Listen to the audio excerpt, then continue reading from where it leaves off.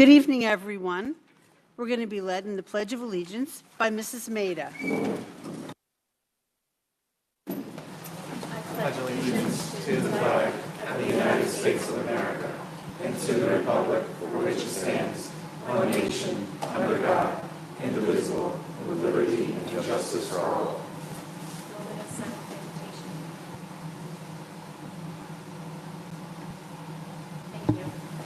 Thank you. Roll call, Mr. Clerk. Ms. Burton, Ms. Green, Dr. Henderson, Here. Mr. Howard, Mr. Levenstein, Here. Ms. Maida, Ms. Mineo, Here. Mr. Stridiron, Mr. Walker. Here. Be it resolved that the Board of Education hereby recesses into executive session for the following purpose. Matter made confidential under FERPA, employment history of particular individuals, matters leading to the employment of particular individuals, the review of programs and placements of students with disabilities, collective bargaining under the Taylor Law, NTA NASA, CSCA, discussion regarding current litigation, LB versus NECSD, and to obtain advice from legal counsel. I'd like to entertain a motion, please. Second.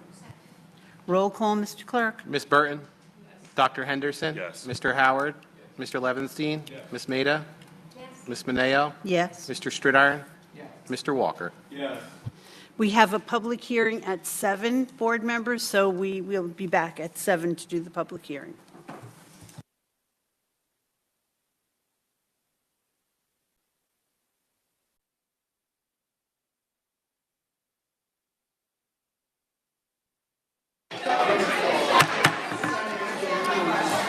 Good evening, everyone. Good evening. It's 7 o'clock. We have, okay. Thank you and welcome. It's 7 o'clock. We have a budget hearing, and this is our Assistant Superintendent for Finance, Ms. Roaring, and she's going to do the budget presentation. So everybody just hang on.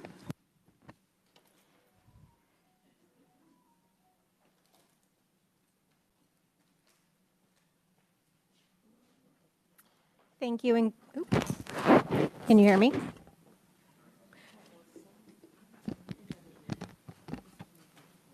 Can you hear me? Okay. Good evening. This evening I'm going to do our presentation on the 22-23 budget as part of our public budget hearing. Next slide, please. When we look at our budget to budget and tax levy recommendations year over year, we'll start with the budget to budget increases.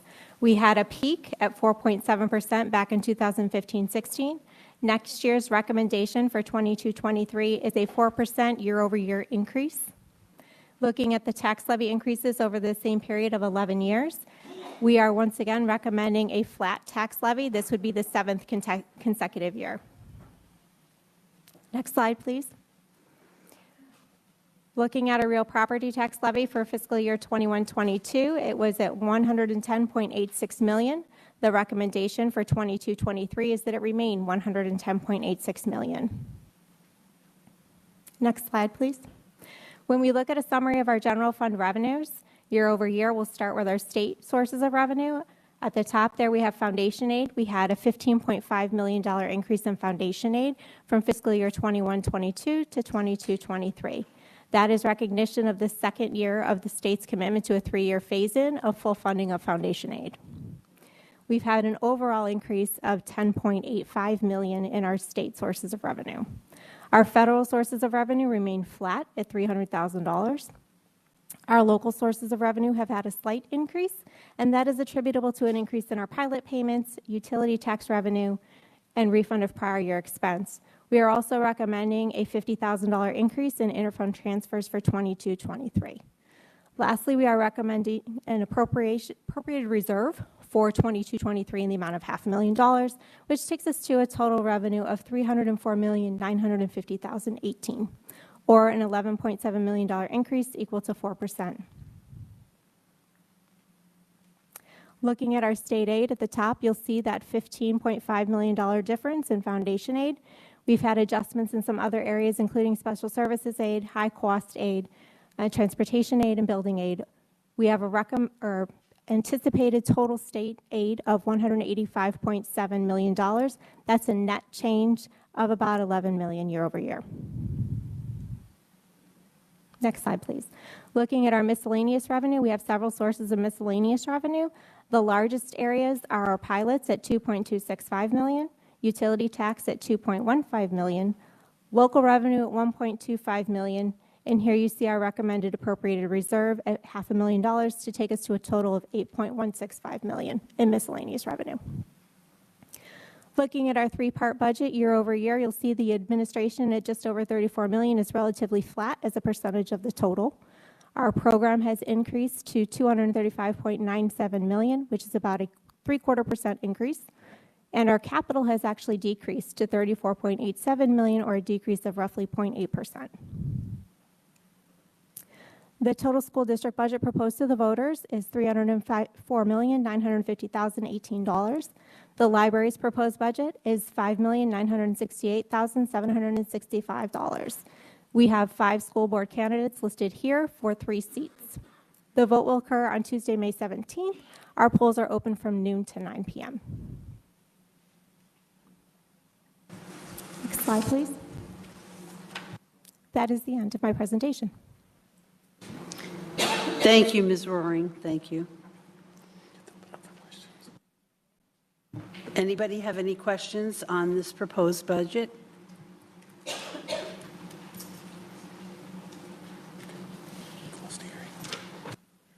We're now going to close the hearing and open our meeting again. Thank you, Ms. Roaring. Before we start, an article was printed today in the paper. Mr. Shaw, our legal counsel, will address this matter. So, Mr. Shaw. Thank you, Madam President. So the district received, while we were at this meeting, litigation papers brought against the district and Dr. Padilla based upon allegations of sexual harassment by 2 former employees of the district.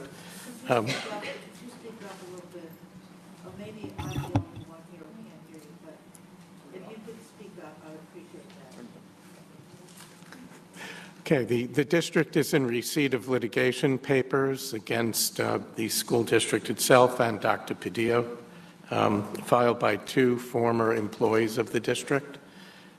We just received those papers while we were at this meeting. They haven't been reviewed yet. They will be forwarded to the district's insurer, and we will be in contact with counsel as assigned by the insurer. There will be no comment about the litigation until after that has occurred.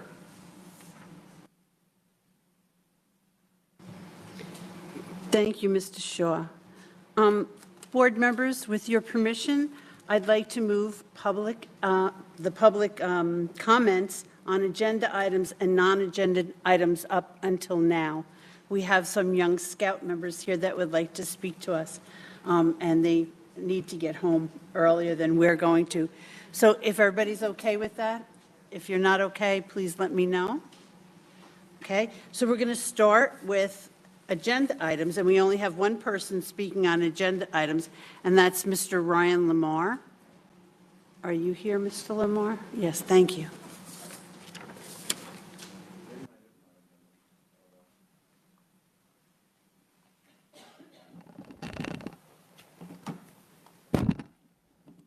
Hope mine's agenda, not agenda.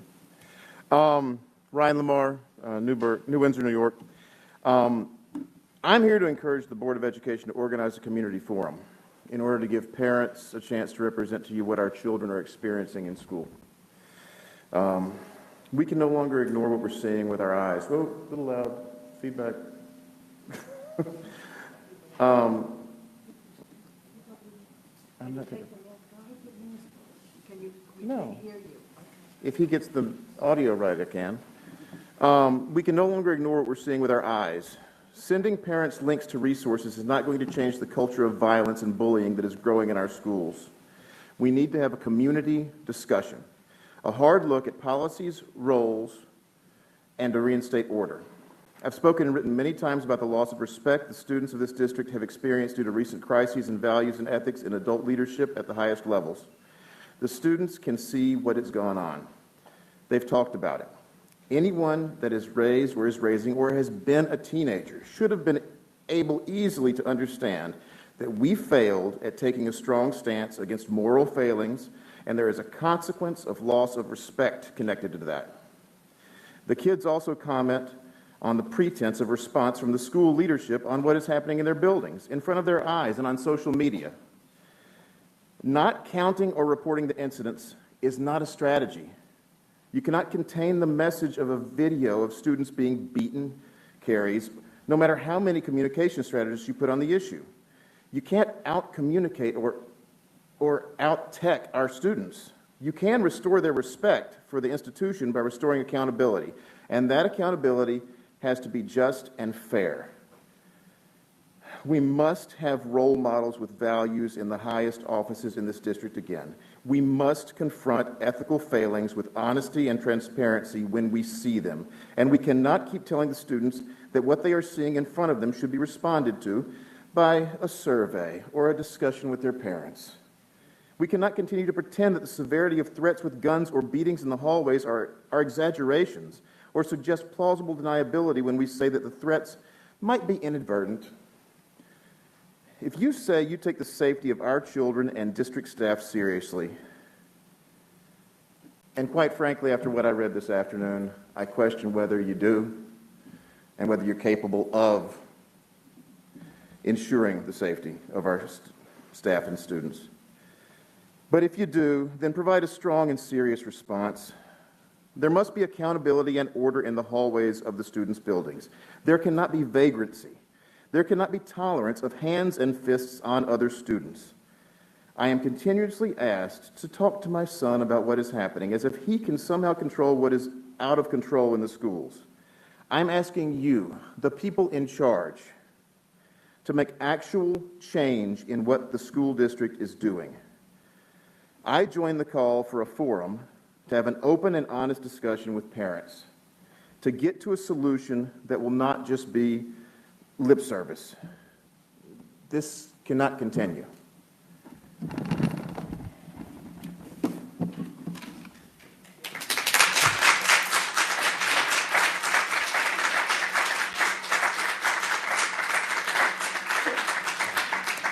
Thank you. We're going to now move on to non-agenda items.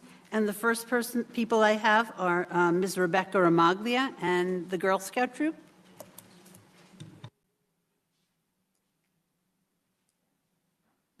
And they're going to be speaking from over there because the podium is too tall. Get a little closer, guys. Ready? Good evening, board members, and thank you for listening to our troop. The Scouts are completing their We Are Agents of Change journey, and here is their presentation on ideas that we have for our district. Our Troop 805 has learned how to be strong individuals and leaders. We have learned how to be team members and how to build our team members up. To finish our journey, as Ms. Rebecca said, we would like to help our school community grow and make positive changes. We noticed that after each morning when we eat school breakfast, we throw away a lot of plastic bags. We wanted to know how much we were throwing away as a community, so we investigated an estimate of both schools our troop members attend. New Windsor School. If our school has 300 plastic bags for breakfast every day of the school year, our school is wasting 54,000 plastic bags each year. Horizon on the Hudson. If Horizon has 250 students getting a plastic bag each day for breakfast every day of the school year, our school is wasting 45,000 plastic bags each year. If all 13 schools average the same waste in our school district, our district is wasting 693,500 plastic bags a year. This plastic bag waste is concerning, and considering how it hurts animals, pollutes our oceans, and eventually will harm us. According to National Geographic article on plastic pollution, we have become a throwaway culture, with single-use plastics accounting for 40% of the plastic that are produced. This is why, as a troop, we are concerned with our school waste, because the few-minute use can be transferred into an item persist in our environment for about 300 years. According to Earth.org, number 1, the world generates 300 million tons of plastic waste a year. Number 2, the U.S. produces 42 million metric tons of plastic every year, the highest in the world. Number 3, more than 8 million tons of plastic enter the ocean every year. Number 4, ocean plastic pollution on track to rise 29 million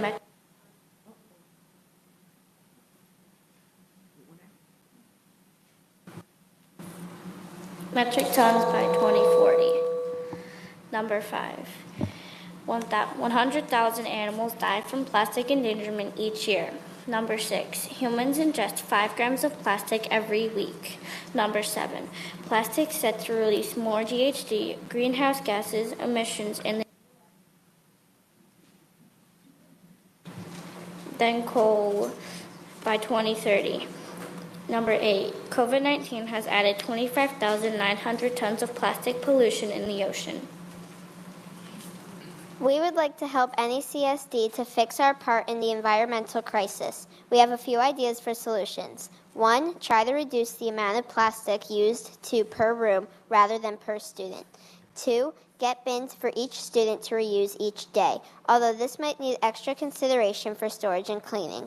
Or 3, begin a partnership with the grocery stores or company that helps recycle plastic by picking them up from our schools. Troop 805 would like to offer our time to pilot any programs in the future alongside Mr. Camp at New Windsor School. If any program calls for volunteers to help with this solution, we in Troop 805, Natalie, Jolene, Leah, Faith, Autumn. thank you, the Board of Education, for listening to us and hope to be part of the solution.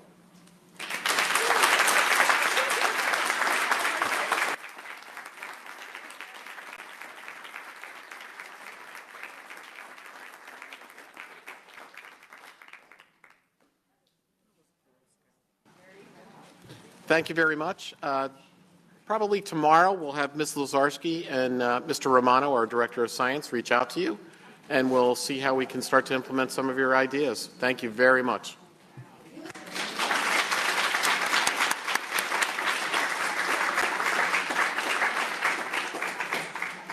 The next speaker I have is Ms. Letitia Politi.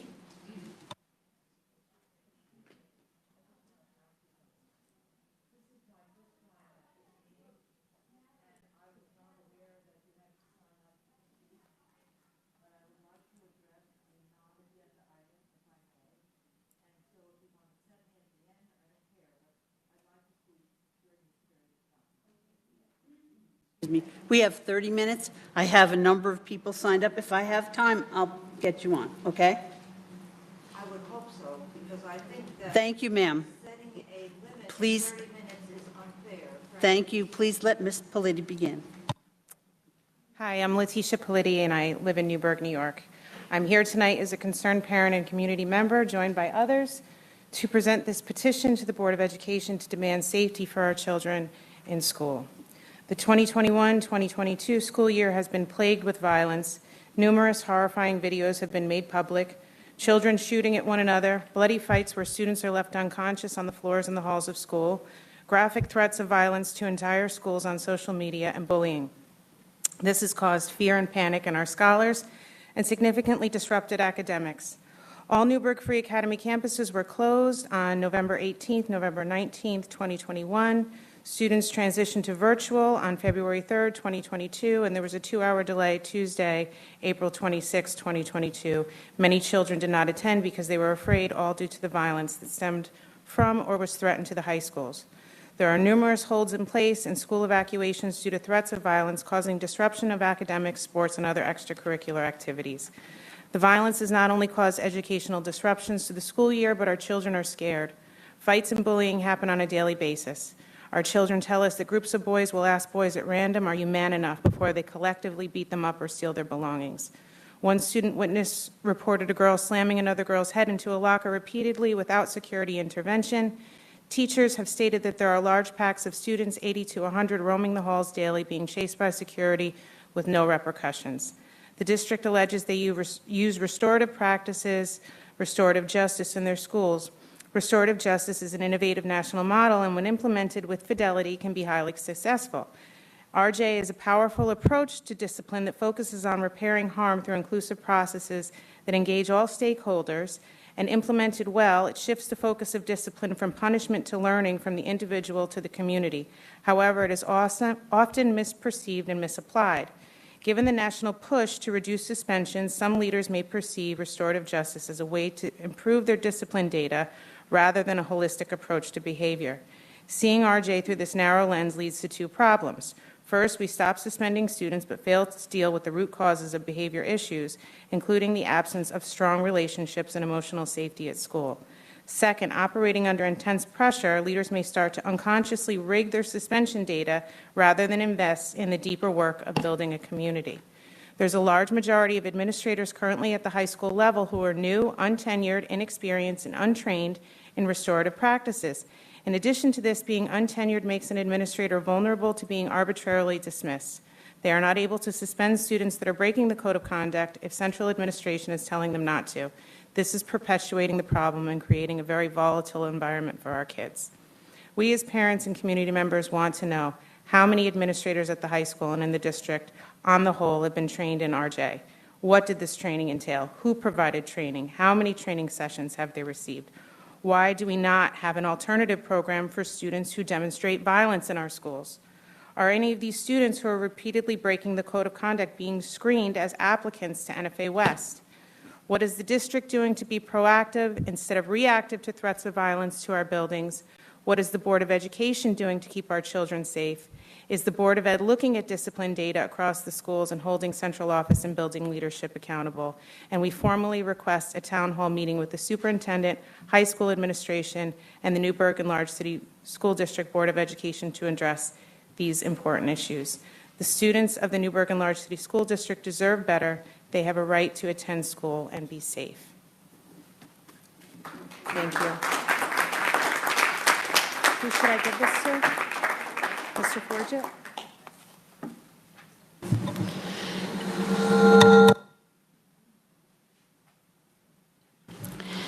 Our next speaker is Mr. Eric Rodriguez.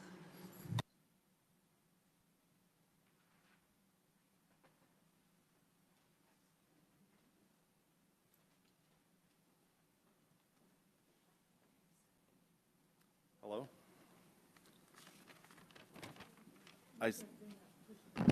Got to go up? Better? Okay. All right. I stand here tonight as a parent and a former student of NFA. We have all heard it for years. Well, Newburgh has always been tough. It's been this way forever. But I'm here to attest that it has not. NFA was gritty and, yes, rough when I went, but I never felt unsafe, not once. Today, not only do many students feel unsafe, but so does much of the staff. I would ask you all respectfully, how productive could you be at your jobs if you were at a place of near constant unrest? Can you imagine what a moment trying to do your job if your coworkers got into fistfights every day? How productive would you be if while walking to the restroom you had to cope with profanities, screaming, more fighting, music blaring from personal speakers and phones, and the smell of pot so strong that it makes you feel sick? And once you arrived at the restroom, you find it locked because that's the best way to manage the behaviors that go on inside. What if, when you return to the office, a voice on the PA says, "We are now under a lockdown," and your supervisor goes to the door and locks it? Then all your phones start blowing up, pictures of guns, rumors of a shooting, your coworkers texting that they're scared and want to go home. As an isolated incident, this would be bad enough. But for our children, it's not isolated, it's daily. Running back to the classroom, any classroom, because yet another fight has broken out in the hall. Telling a teacher you need to use the restroom, and for her to answer, "I do too, but I don't think we should go out there." Yes, that really happened. This level of chaos is just not acceptable. What might a daily diet of this stress do to your mental health, your emotional well-being, to say nothing of your education? which is what the children are here for. There is much at NFA that I am thankful for. Dedicated teachers, welcoming staff, and the many welcoming students are the shining stars of the school community. But there is no room for complacency when it comes to violence and our kids. We must hold accountable those who prove time and again that they aren't capable of towing the line. NFA's own code of conduct states students have a right to expect the school will be safe, orderly, and purposeful place. We, the community, are holding you to that.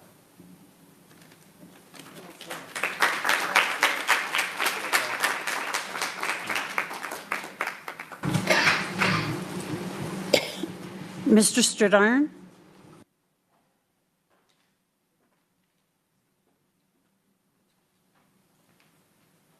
Good evening. I'm speaking as a parent tonight, not a board member.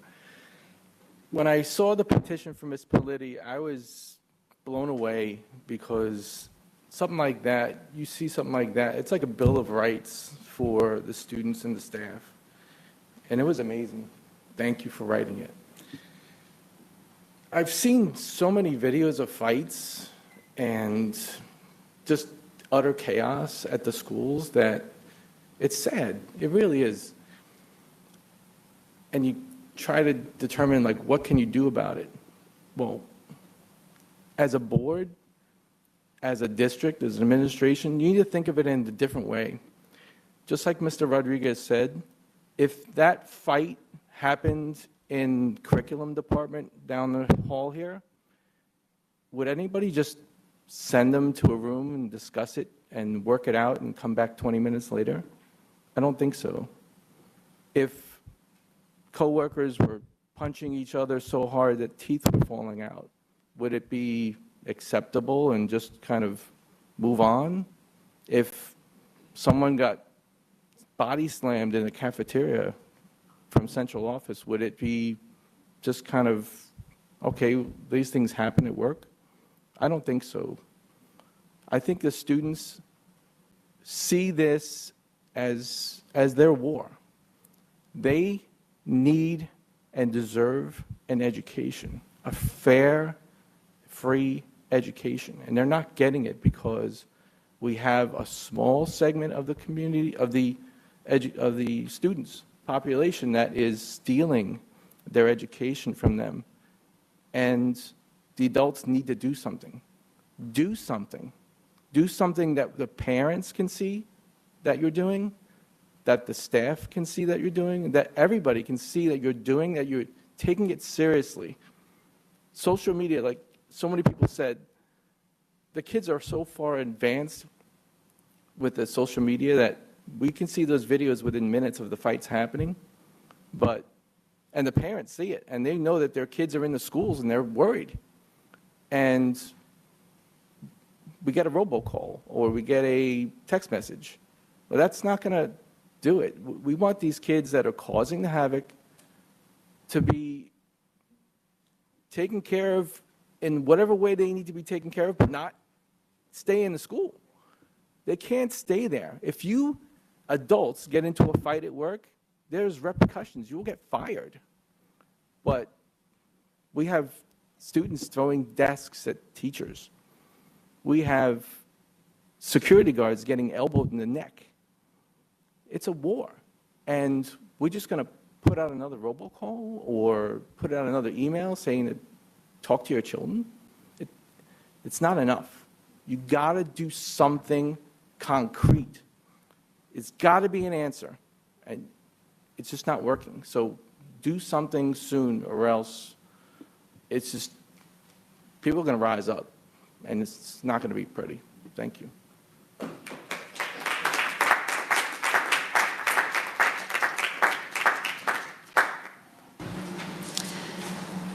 Christopher Gregero?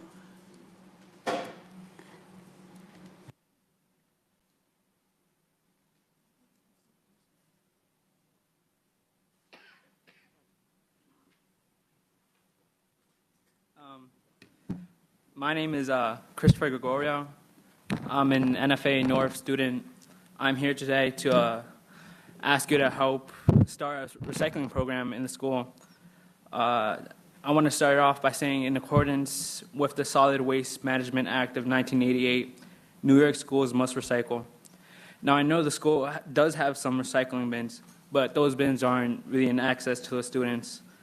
As a student, I feel that there are many reasons to start a program, but in my eyes, the most important is the community.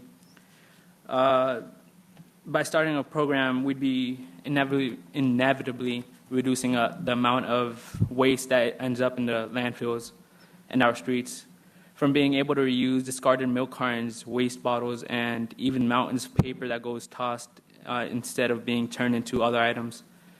What's more, the amount of awareness this will provide is also important. Hopefully actions like these will help people be more conscious of the effects of where deciding to toss their trash could have on our city. Thank you for listening to me patiently. Have a good day.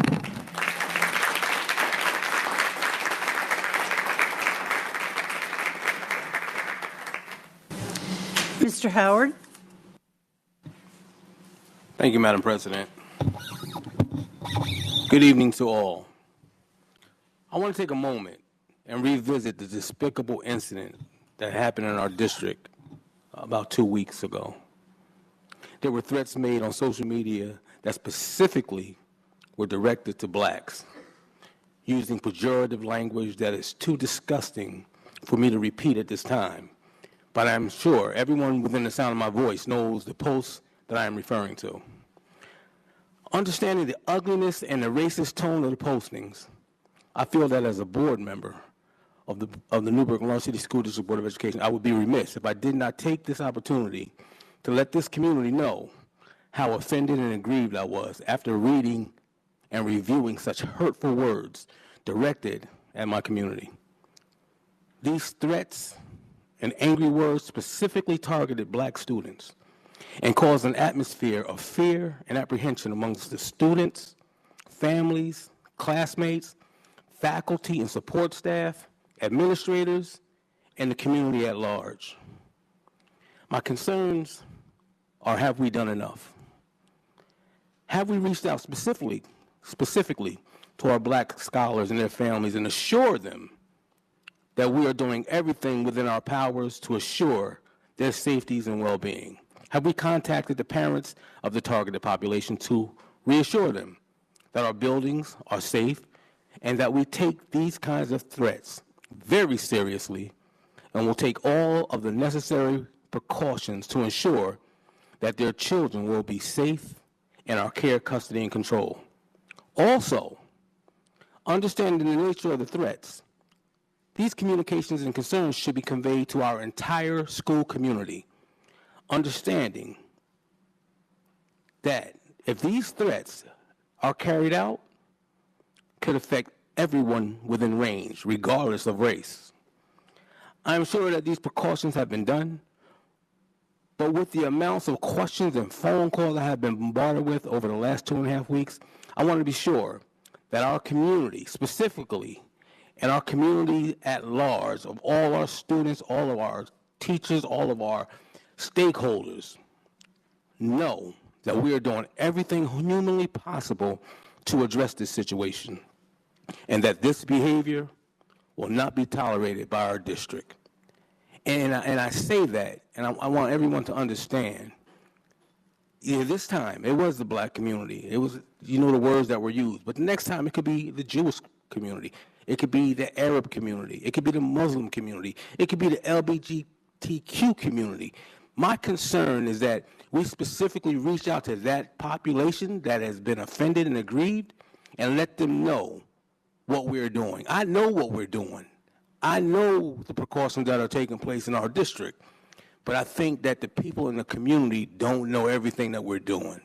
And I think we have to find a better way to convey that to the community, because as recently as today, I've had people approach me and they were not aware of the racial threats that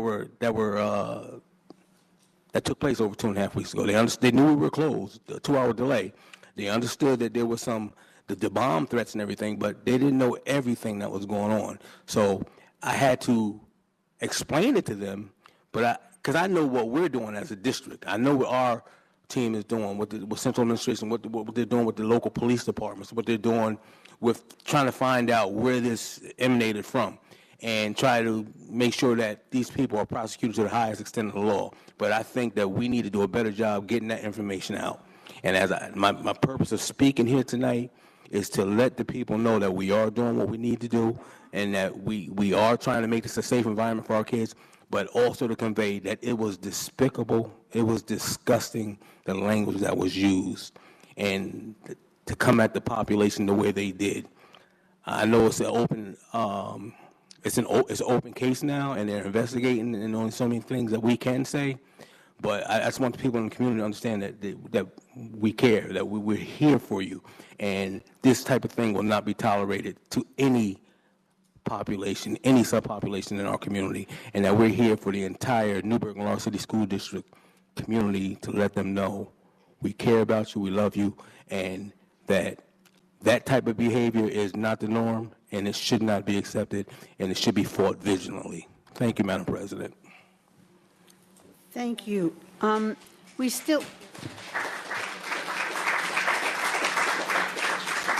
still have a few minutes, and I understand, would you like to come up to the podium and speak? You're looking at me? Yeah.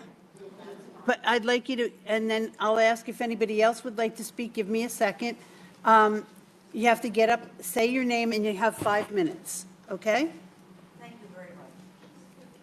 And then I'll call on you next, and we'll extend it for one more. My name is, can you hear me? My name is Sandra Kassam, and I live in the town of Newburgh. And I just want to say that I am a retired teacher in special education, and I am very sorry to hear and read about the situation in the school district. It is definitely an important problem and presents a serious challenge.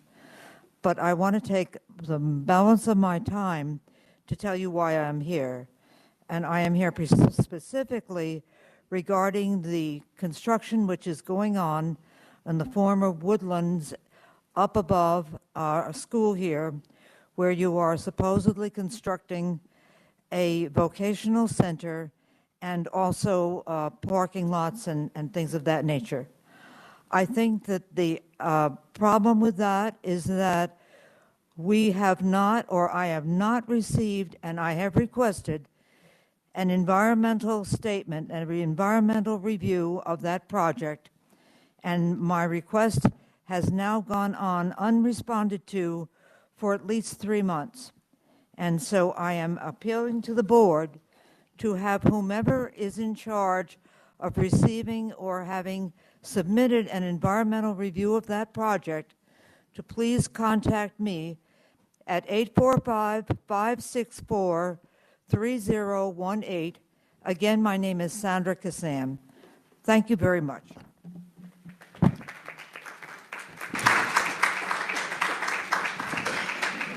Thank you. Could you come and state your name, please? Thank you. Good evening. My name is Leah Davis. As a concerned parent with 2 children in the district, I am looking for the school board to ensure my children, as well as all scholars, are safe at all times. There have been a number of incidents of violence throughout the year, which have caused major disruption to the learning process for all children. This is unacceptable and cannot continue. So I ask, what are you going to do to make sure children are able to come to school and learn in a safe environment? Here are some things you may want to explore, since you haven't seemed to be able to answer this question all year. How can you use restorative practice in an effective way to help our students? How much time has been spent ensuring teachers, principals, and staff members understand how to implement it? Do you intend to increase security in the building? more security cameras, maybe in the hallways, the doorways, in classrooms. I'm not sure of the legalities. Do you plan to offer intensive mental health support for our students who are plagued with trauma? Are you developing accountability policies? Are you going to work with school staff members on how to interact with our children in a positive way?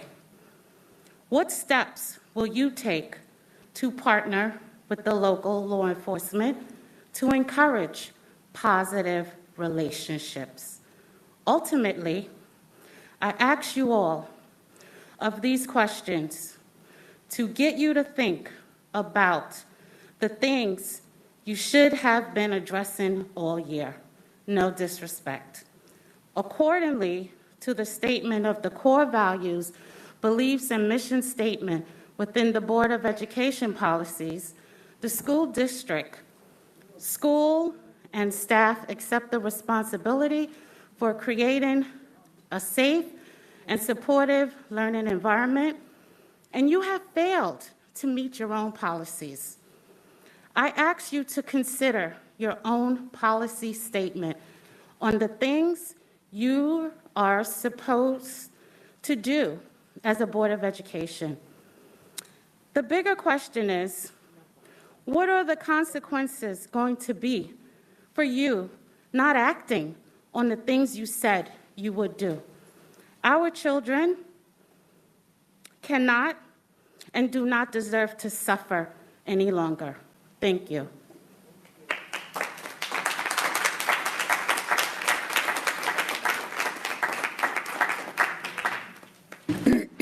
We have time for one more speaker, if anybody would like to speak.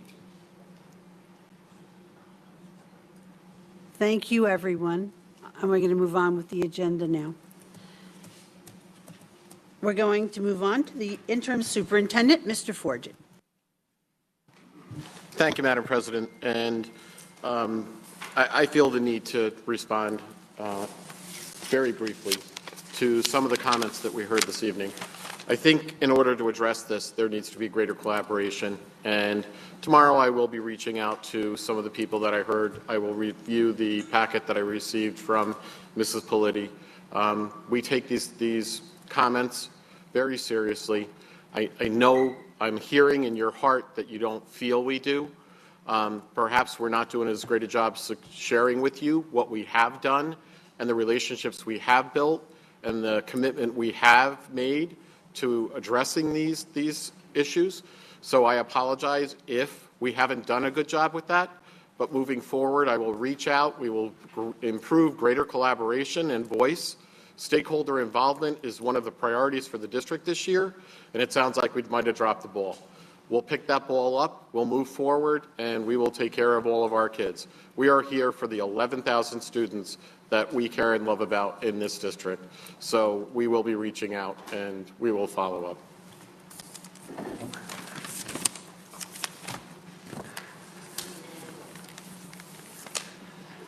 This evening, we have several acknowledgements. We have Principals Appreciation Week.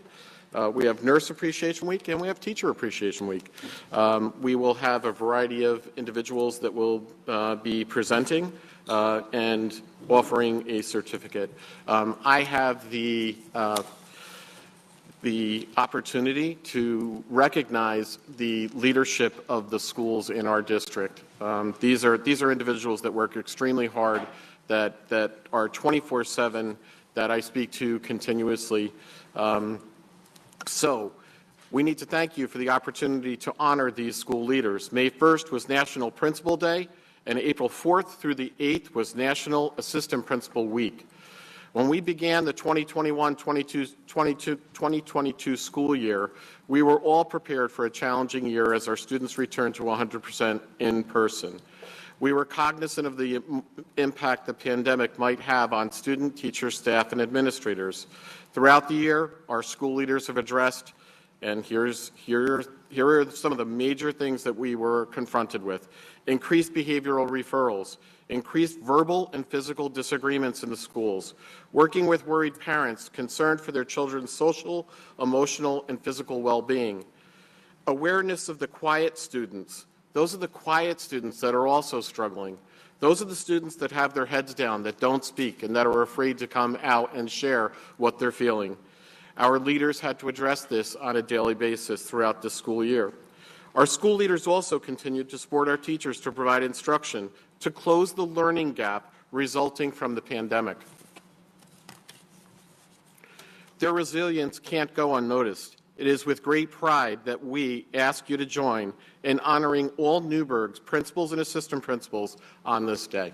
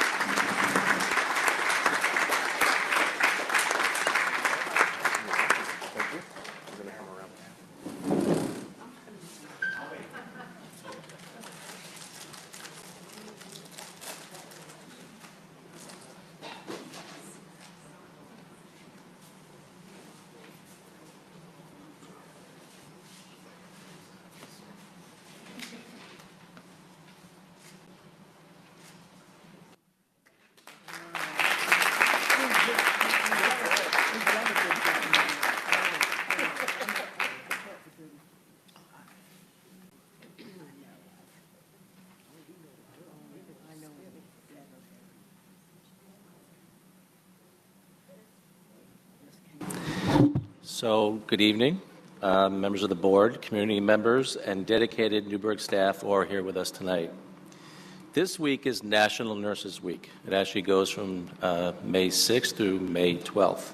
In addition to that, tomorrow is National School Nurses Day, very near and dear to our hearts, our school nurses. In honor of this, we would like to honor and celebrate the hard work and dedication of our school nurses. It is no secret in the Newburgh community that our school nurses are second to none. They always go above and beyond and have been great partners to our parents, our school community, and our larger health and human services community. Many who have graduated through Newburgh can tell stories of how they were personally impacted by our school nurses who have supported the whole child and who have treated our students with respect and dignity in all health matters.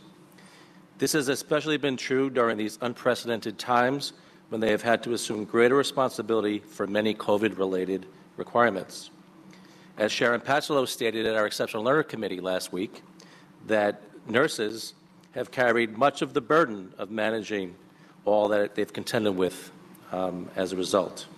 And as she mentioned, that in the private sector, they are referring to this as the Great Resignation, that some nurses have decided to step away from the profession altogether because of this tremendous burden that they've carried. Our nurses, on the other hand, have stayed, and they've rededicated themselves to ensuring that our school communities are safe and healthy learning environments. On behalf of the senior team, we would like to thank our school nurses tonight, and I have a certificate to symbolize our love and appreciation.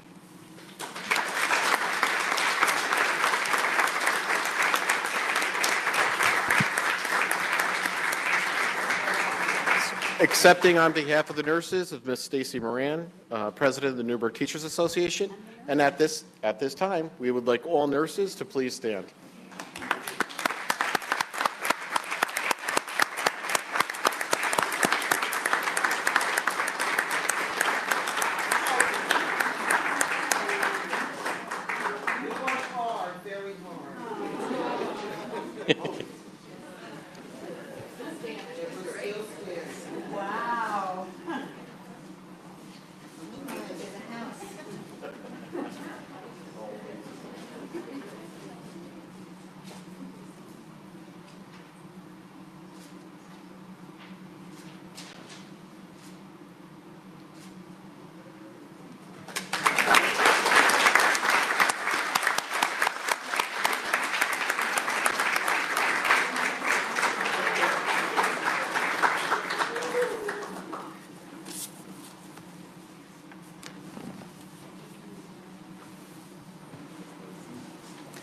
Okay, now it's an honor and a privilege to honor our teachers in honor of Teacher Appreciation Week, which was May 2nd through the 6th. And on behalf of senior staff, we'd like to recognize all teaching staff and thank you for your dedication and commitment to our students and families.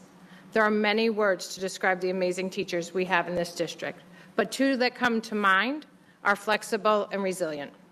We recognize these important qualities in our teachers always, but especially in recent times. Day to day, in working to create learning opportunities to meet the needs of all students, whether virtually, in person, or in some instances, both at the same time, you have shown up for students. Creating multiple pathways and opportunities to reach and meet the needs of all students has been demonstrated by teachers in the Newburgh and Large City School District. We honor and appreciate your commitment and dedication to students. With deep appreciation and thank you for all that you do each and every day. Ms. Moran.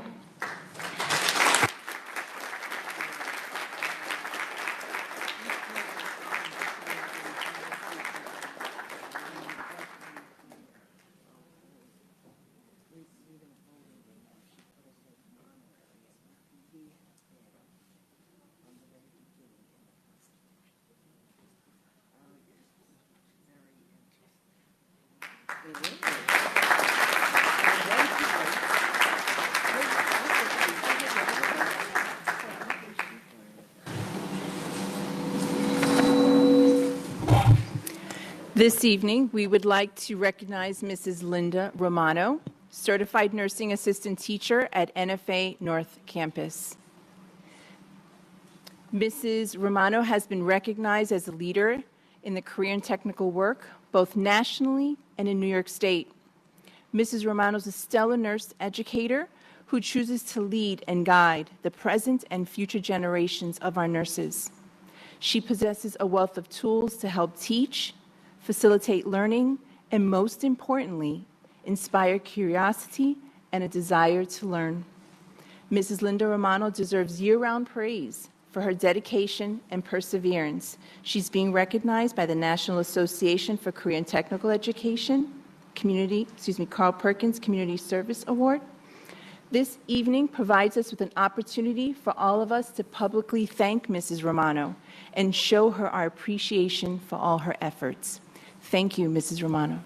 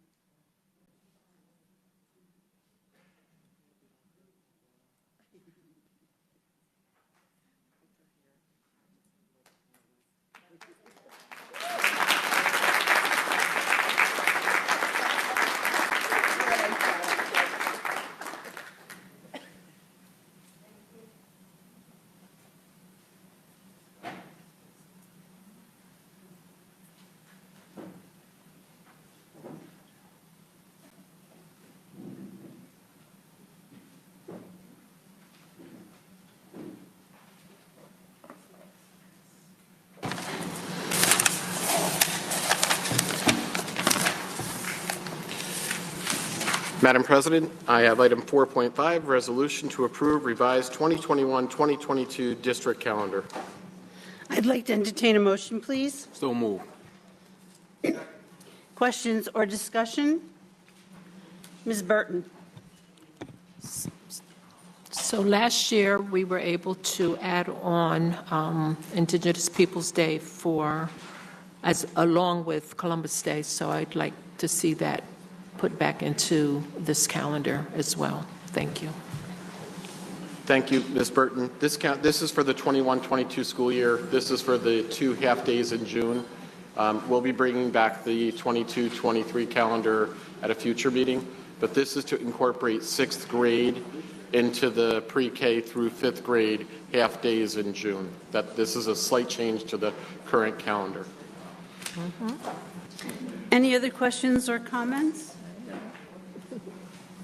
Roll call, Mr. Clerk. Dr. Henderson? Yes. Mr. Howard? Yes. Mr. Levenstein? Yes. Ms. Maida? Yes. Ms. Mineo? Yes. Mr. Stridiron? Yes. Mr. Walker? Yes. Ms. Burton? Yes. Sir. That concludes my items, Madam President. Thank you, Mr. Forget. We're going to move on to board committees. We're going to start with curriculum and instruction. Mrs. Maida. Thank you, Madam President. The Curriculum and Instruction Committee met last week, and we have several resolutions on the agenda this evening for your consideration. Secondly, we had a wonderful comprehensive presentation about our elementary school's successes to sum up the school year. There are amazing things happening, and many thanks to all the directors for putting that presentation together. Horizons on Hudson did a wonderful presentation also on the Unlimited Horizons program, which explained the process for selection, including the research used for that. Thank you. Thank you, Mrs. Maida. We're going to move on to the Exceptional Learners Committee. Ms. Burton. Thank you, Madam President. Exceptional Learners met May 4th, 2022. There's one resolution on tonight's agenda for your consideration. And in response to National School Nurse Week, we had a wonderful presentation in terms of the roles and responsibilities of our nurses. And I'm going to say what some of them include. Develop close relationships with our students and their families to conduct health care services. They collaborate with, inform, and educate administrators, teachers, school counselors, social workers, psychologists, and the family and community engagement team. And I apologize if I missed anybody because they pretty much touch base with everyone. They help with and ensure all physical exams, coordinate sports physicals, screen for vision and hearing, administer medication, develop care plans, and ensure the district is in compliance with students getting their vaccinations. So in honor of our 30 school nurses, school nurse teachers, and nurse practitioners and their support teams in our district, thank you so much. So number two, that was number two. Number three, we received a update on the Regional Partnership Center that continues to support our work in NFA, Temple Hill School, and South Middle School with multiple tier support services. In addition, we received a presentation, was given around critical incident stress management, CISM, which is an evidence-based model for school buildings and districts to use in response to large-scale crisis that focuses on the social-emotional recovery of those impacted. And lastly, the Anderson Center has been providing professional development opportunities, workshops to parents in regards to autism. They've been supporting HOH teachers and assistant teachers there with targeted intervention, as well as provided Middle Hill School professional development also around autism and in terms of what it looks like in the classrooms and working with those professionals around strategies and instruction. So thank you so much. Thank you, Ms. Burton. We're going to move on to Audit and Finance Committee. Mr. Levinstein. Thank you, Madam President. The Audit and Finance Committee met at 5 p.m. today, and we discussed all the items on tonight's finance agenda, 10.1 through 10.10. Thank you. Thank you, Mr. Levinstein. We're going to move on to my section, and I'm going to talk briefly about the superintendent's search. So having spent all day on the past 2 Saturdays, we're very close to completing our superintendent search. It's important to note that one of the 3 duties of the Board of Education is to hire, evaluate, or dismiss the superintendent. This board has worked very hard on this effort, and I would like to thank each and every one of them for their hard work. So thank you, board members, for everything that you've done the last 2 Saturdays. And so we're going to move to item 6.2. I'd like to entertain a motion. This is to adopt policy on the first reading, number 5550, student privacy. I'd like to entertain a motion, please. So moved. Second. Questions or discussion? Roll call, Mr. Clerk. Mr. Howard? Mr. Levinstein? Yes. Ms. Maida? Yes. Ms. Mineo? Yes. Mr. Stridiron? Yes. Mr. Walker? Yes. Ms. Burton? Yes. Dr. Henderson? Yes. Thank you. That's the end of my section. We're going to move on to our Assistant Superintendent for Curriculum and Instruction, Elementary, Mrs. Moriarty. Thank you, Madam President. Elementary curriculum instruction. Can you turn on your mic, please? I tried, but it's not staying on. Mr. Walker. Thank you, Mr. Walker.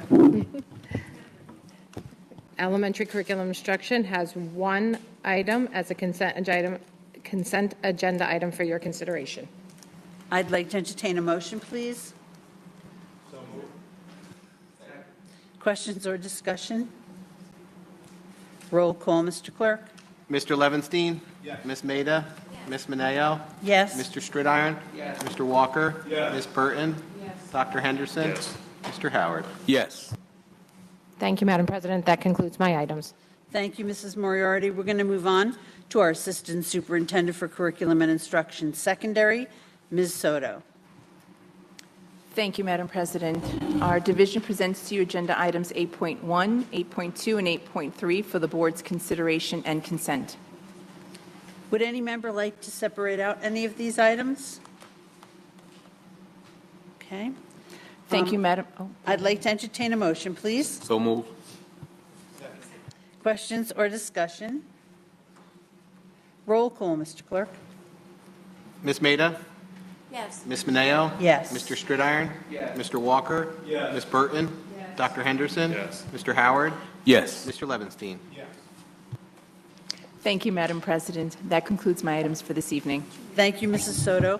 We're going to move on to our Assistant Superintendent for Exceptional Learners, Mr. Bayer.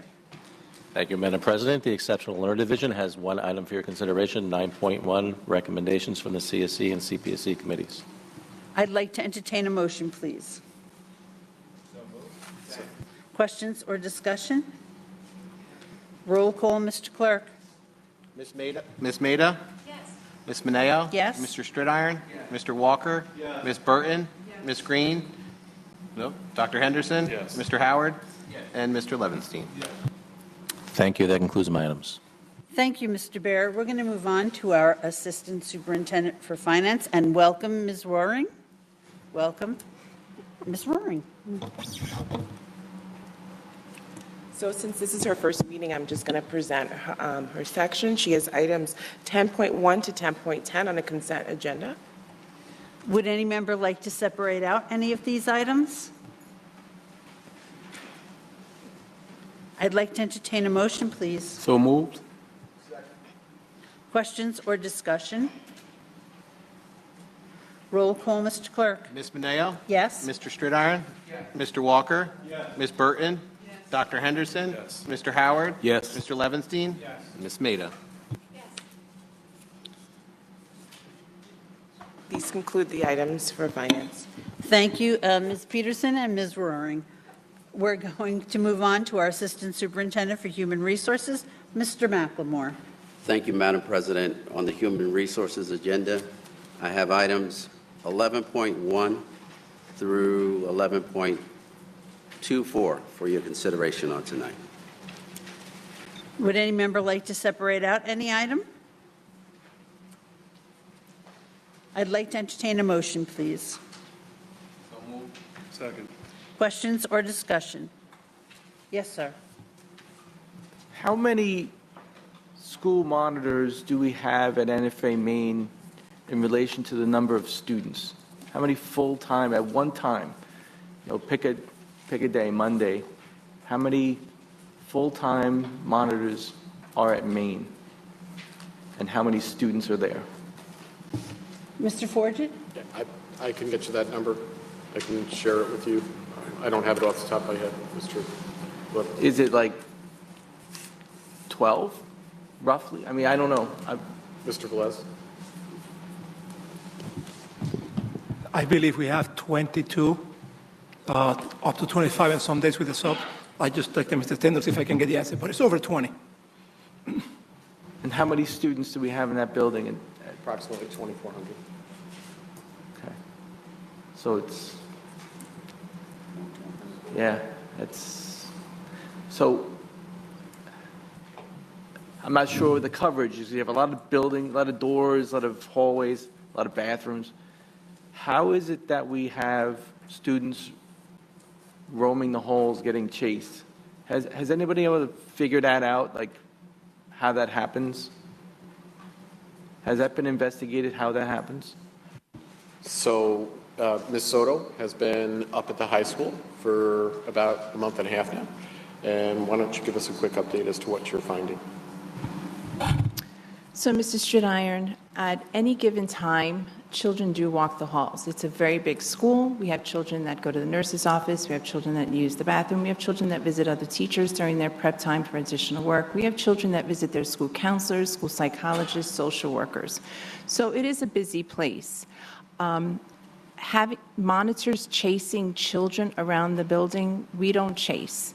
We encourage children. We do have some children that they have fight or flight syndrome. You know, they need to step away from the room. They need some time to de-escalate their feelings, and they will walk around, and we have monitors that will support students as they're walking around. But my time there, I've never seen school monitors chasing children around the building.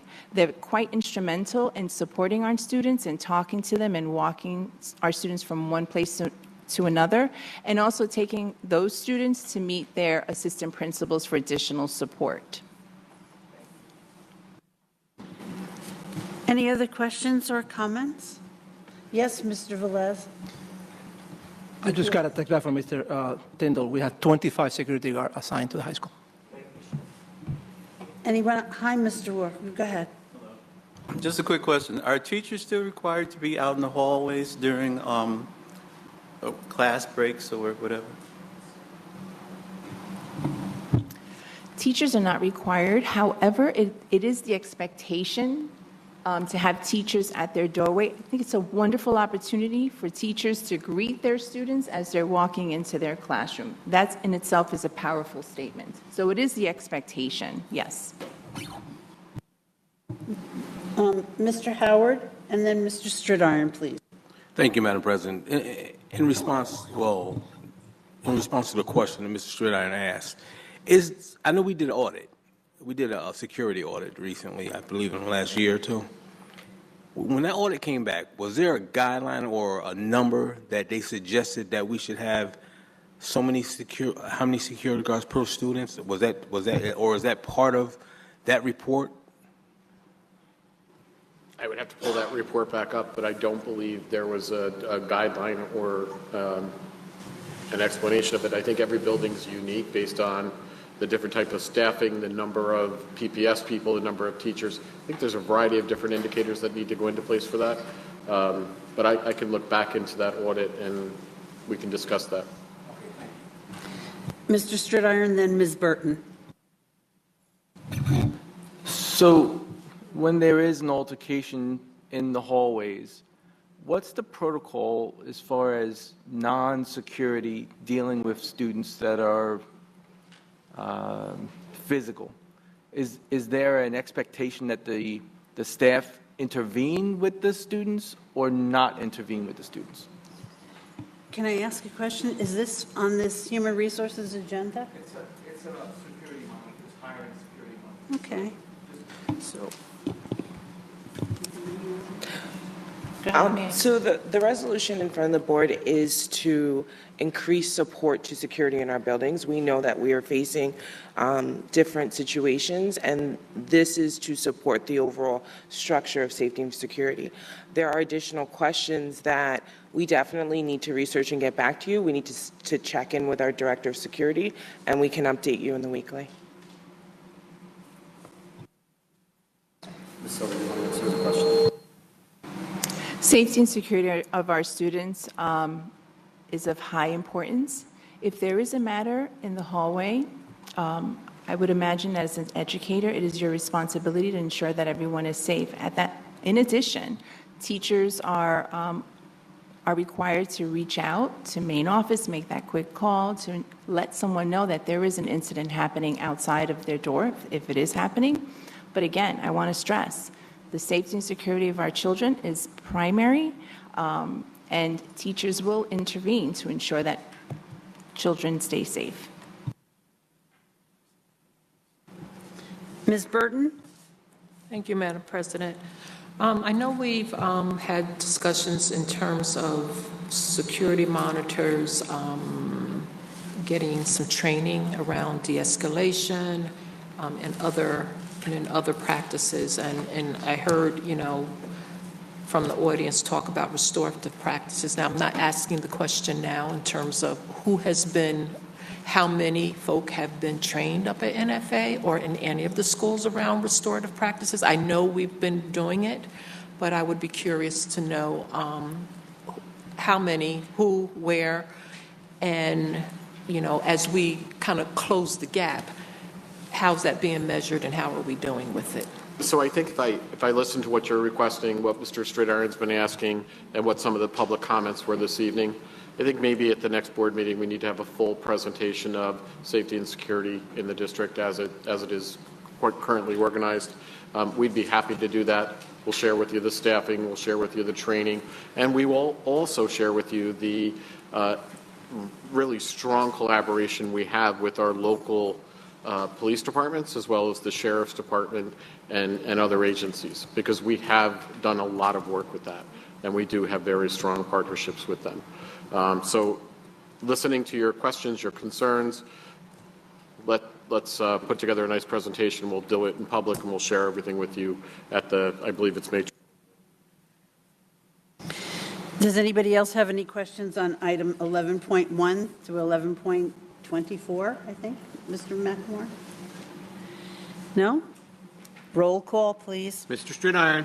Yes. Mr. Walker? Yes. Ms. Burton? Yes. Dr. Henderson? Yes. Mr. Howard? Yes. Mr. Levenstein? Yes. Ms. Maida? Yes. Ms. Mineo? Yes. Madam President, I'd like to request permission to add an item to the agenda. Thank you. Could you read the item first, please, Mr. McLemore? Yes. Be it resolved that the board, pursuant to the penalty determination in the opinion and award of an education law 3028 hearing officer in SED case number 36-985, hereby terminates the employment of speech and language teacher Krista O'Neill, effective close of business on May 10th, 2022. I'd like to entertain a motion to add this to the agenda, please. Second. Questions or discussion on adding? Roll call to add, please. Mr. Walker? Yes. Ms. Burton? Yes. Dr. Henderson? Yes. Mr. Howard? Yes. Mr. Levenstein? Yes. Ms. Maida? Yes. Ms. Mineo? Yes. Mr. Stridiron? Yes. Now I'd like to entertain a motion, please. So moved. Questions or discussion? Roll call, Mr. Clerk. Ms. Burton? Yes. Dr. Henderson? Yes. Mr. Howard?